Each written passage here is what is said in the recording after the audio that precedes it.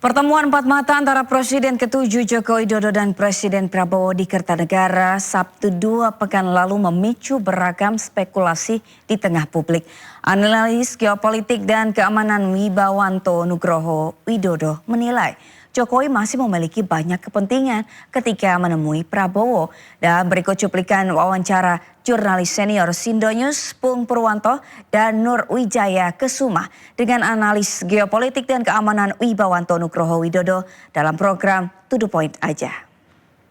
Soal pertemuan yang di Kertanegara tanpa jadwal, 2 jam tanpa jeda. Ini menarik banget nih Mas. Dan keduanya setelah pertemuan tidak ada memberikan pernyataan apa-apa. Makna apa sih kalau Mas Wibawa melihatnya secara politik kita, 2 pertemuan, yang satu mantan presiden, yang satu presiden yang sedang menjabat. Oke, terima kasih pertanyaannya. Nah, sebelumnya kita mencoba melihat dari sejarah dulu. Dan kita melihat dari perspektif yang ada di publik. Gitu ya. Yang pertama adalah sebelumnya telah terjadi pertemuan 13 Oktober 2024. Ya, di mana seorang presiden waktu itu Joko Widodo memanggil seorang menteri pertahanan yang notabene adalah pembantu beliau sebagai menteri dan akan menjadi presiden. Berarti hubungan powernya adalah yang lebih tinggi secara hierarki pemerintahan memanggil, ya, memanggil yang lebih rendah begitu.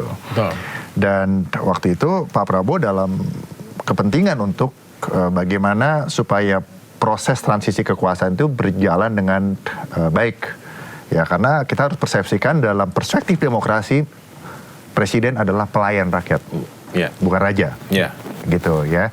Jadi beliau berpikir bagaimana yang terbaik untuk kepentingan nasional, untuk rakyat, sehingga proses pelantikan dan transisi itu berjalan dengan baik. Nah, tetapi tentunya kalau yang memanggil yang lebih tinggi pasti ada arahan-arahan. Nah, begitu.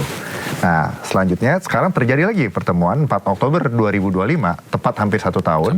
Hampir 1 tahun kurang sedikit ya Mas kurang ya? Sedikit. Kurang sedikit ya. Kurang beberapa hari lah. Ya, di mana seorang mantan presiden datang kepada presiden incumbent. Nah, ini perbedaannya. Perbedaan situ. Kalau di tanggal 13 Oktober 2024, Presiden memanggil. Presiden yang sedang menjabat pada saat itu Joko Widodo memanggil presiden yang akan menjabat. Kalau sekarang mantan presiden Joko Widodo datang. Kalau kita lihat kan tanpa ada panggilan, tanpa ada undangan. Berarti sama dong. Yang mau ketemu Pak Jokowinya. Dulu Pak Jokowi mau ketemu, sekarang Pak Jokowinya mau ketemu lagi.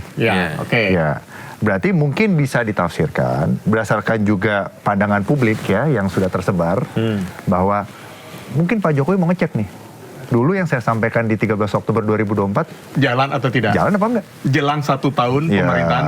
Betul. Prabowo. Sementara Pak Prabowo mempunyai interest. Beliau harus mendapatkan restorasi kepercayaan publik kepada pemerintahan beliau. Beliau diperhadapkan kepada pilihan harus melakukan kebenaran. Sebagai fondasi beliau untuk melakukan transformasi nasional. Untuk beliau bisa melakukan transformasi nasional, berarti beliau harus mendapatkan collective will dari seluruh komponen. Collective will itu, saya sudah sampaikan sebelumnya, tidak bisa dipaksa. Harus secara organik muncul, secara organik menguat. Ya, sehingga dari mayoritas rakyat Indonesia itu tidak mendelegitimasi pemerintahan sekarang dan Presiden Prabowo, tetapi memberikan legitimasi. Sementara dari Pak Prabowo-nya sebagai presiden, beliau tidak mengalami apa yang disebut demoralisasi, tapi mempunyai kekuatan moral untuk melakukan breakthrough. Nah, beliau di sini juga harus ingat, kita adalah bangsa teistik, negara Pancasila, satu ketuhanan yang Maha Esa. Jadi yang berkuasa atas hidup kita, alam semesta, perjalanan bangsa Indonesia adalah Tuhan yang Maha Esa. Berarti kita aja boleh berhutang kepada Tuhan. Nah, Pak Prabowo di sini juga diingatkan bahwa beliau tidak berhutang kepada siapapun, berhutang kepada Tuhan yang memberikan kesempatan lewat cara apapun, lewat berkoalisi dulu dengan partai A, partai B, partai C, running dengan anaknya presiden saat itu, tetap yang memberikan mandat kepada Pak Prabowo, yang mengizinkan Pak Prabowo masih hidup, masih sehat, masih bisa jadi presiden sekarang adalah Tuhan. sila ke-1, untuk mewujudkan kemanusiaan yang adil dan beradab, menjaga persatuan Indonesia. Bahwa persatuan itu tidak bisa fake, persatuan hanya bisa dibangun oleh kebenaran, sehingga demokrasi Indonesia itu bisa maju dan keadilan sosial bisa dirasakan. Paling tidak beliau bisa merestorasi keadaan itu di masa hidupnya sekarang. Syukur-syukur bisa selesai sampai 2029 dengan baik. Syukur-syukur lagi kalau masih diizinkan Tuhan running lagi, dengan catatan semuanya itu dijalankan di atas kebenaran. Itu dari saya. Berarti Pak Jokowi ini bisa nggak dianggap dia merasa pesannya 13 Oktober itu banyak yang belum dilaksanakan atau tidak dilaksanakan oleh Pak Prabowo? Bisa jadi begitu? Oke, sekarang kita lihat dari fakta yang ada di lapangan. Fakta ada di lapangan adalah kemarin kasus ijazah menjadi ramai. Saya tidak mau masuk ke dalam kasus ijazah itu. Bukan kompetisi saya masuk ke situ. Tetapi itu menjadi debat publik. Oke, ijazah Pak Jokowi satu, ijazahnya Wapres. Mulai ramai sekarang. Ramai. 1 tahun yang lalu. Tepat 1 tahun yang lalu, Mahkamah Konstitusi loh ya, bukan saya ya, yang mengatakan ada pelanggaran etik. Sehingga itu menjadi beban bagi Pak Prabowo yang di carry over. Suka atau tidak suka, itu tetap menjadi questions in the mind of the public. Dan itu yang menjadi penghalang terbentuknya restorasi penuh terhadap public trust yang diberikan pada government. Itu. Nah, bisa saja Pak Jokowi mau bertanya, bagaimana ini kok dipersoalkan? Karena memang tepat setelah ada keramaian itu, ada pertemuan mendadak itu. Dan datangnya dari Pak Jokowi. Dan memang Pak Syafri sebagai Menhan memberikan pesan yang diplomatis, persatuan. Persatuan. Berarti pesannya adalah lakukanlah yang terbaik supaya tetap bersatu. Nah, menurut saya untuk bersatu itu adalah kebenaran.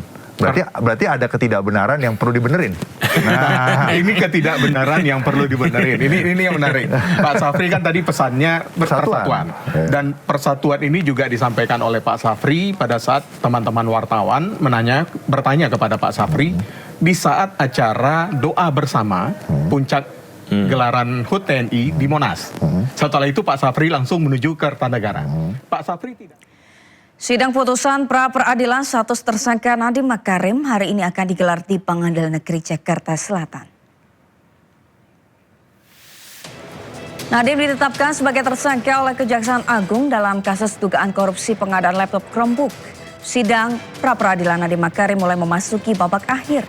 Pengadilan Negeri Jakarta Selatan rencananya akan menggelar sidang putusan pra-peradilan yang diajukan pihak mantan Mendikbud Ristek Nadiem Makarim terkait penetapan tersangka dan penahanan dalam kasus dugaan korupsi pengadaan laptop Chromebook. Menurut informasi dari Pengadilan Negeri Jakarta Selatan, sidang akan digelar sekitar pukul 13 waktu Indonesia Barat. Dalam kasus dugaan korupsi pengadaan laptop Chromebook, Kejagung sudah menetapkan 5 tersangka termasuk Nadiem.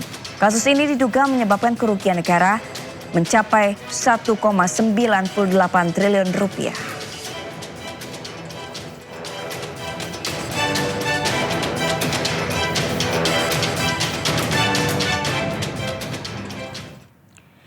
Dan pemirsa, untuk mengetahui informasi terkini terkait sidang lanjutan pra-peradilan mantan Menteri Pendidikan, Kebudayaan, Riset, dan Teknologi tahun 2021 hingga 2024 Nadiem Makarim, sudah ada rekan Nata Arman dengan juru kamera Rizky Solehudin di Pengadilan Negeri Jakarta Selatan.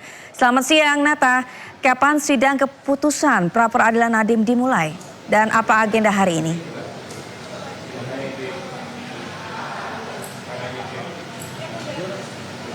Baik, selamat siang Sabrina dan juga pemirsa. Dapat kami sampaikan terkait dengan agenda sidang pra-peradilan yang akan berlangsung pada hari ini. Nantinya dimulai pada pukul 1 siang. Dan untuk saat ini dari pihak dari Nadiem Makarim juga sampai saat ini masih belum terlihat ada tanda-tanda mereka datang. Kemudian juga untuk ruangan sidang juga sampai saat ini masih ditutup. Kemudian juga masih dipasangi garis biru sehingga kami juga belum bisa mengakses masuk ke dalam. Namun yang jelas untuk agenda sendiri ini rencananya akan dimulai pada pukul 1. Apakah nanti akan telat ataupun akan tepat waktu, ini gimana nanti kita lihat secara bersama. Kemudian untuk kasus ini bermula dari pengadaan laptop Chromebook yang pengadaannya sebanyak 1,4 juta 1,4 juta maksud kami yang untuk mendukung pembelajaran secara daring di kala pandemi COVID-19 dalam periode 2019 sampai dengan tahun 2022. Namun ternyata ada berbagai permasalahan yang ada karena tidak sistemnya yang kurang memadai sehingga ada indikasi pemufakatan penjahat antara dari Kemendikbudristek sehingga Nadiem Makarim ini dipanggil oleh Kejagung, diperiksa selama 2 kali dan tentunya pada tanggal 4 September 2025 ini ditetapkan sebagai tersangka kemudian langsung ditahan selama 20 hari. Kemudian kami sampaikan juga bahwa untuk Nadiem Makarim sendiri sempat dilakukan pemanggilan ini pada tanggal 23 Juni 2025 dan juga pada tanggal 15 Juli 2025. Kemudian untuk dari pengadaan sendiri ini mencapai anggarannya 9,3 triliun rupiah dan tentunya dalam kasus ini sudah ditetapkan juga sebanyak 5 tersangka termasuk Nadiem Makarim itu sendiri. Adapun data-data nama-nama yang sudah ditetapkan sebagai tersangka yang pertama adalah Direktur Sekolah Dasar Direktorat Jenderal Pendidikan Anak Usia Dini yakni ada Sri Wahyu Ningsih, kemudian Direktur SMP Kemendikbudristek Multiansyah, kemudian staf khusus Mendikbudristek di bidang pemerintahan era Mendikbudristek ada Juristan, kemudian ada konsultan perorangan rancangan perbaikan teknologi infrastruktur manajemen sumber daya sekolah ada Ibrahim Arif dan juga Nadiem Makarim selaku Mendikbudristek pada kala itu. Kemudian untuk kerugian sendiri ini ditafsir sebesar 1,9 triliun rupiah dan tentunya sampai saat ini kami juga masih terus menunggu apakah nanti apakah pra peradilan ini akan dikabulkan sendiri atau tidak. Dan dari pihak Kejagung sendiri nanti mengatakan sebelumnya akan menerima apapun putusan dari pra peradilan yang akan dibacakan pada hari ini. Sementara saya kembalikan pada Anda di studio. Sabrina. Baik, terima kasih Nata Arman dengan juru kamera Rizky Solahuddin melaporkan langsung dari Pengadilan Negeri Jakarta Selatan. Selamat bertugas kembali. Ya, ribuan sepatu anak-anak Gaza dipamerkan di Belanda mengenang aksi genosida yang dilakukan penjajah Israel. Informasi selengkapnya usai jeda.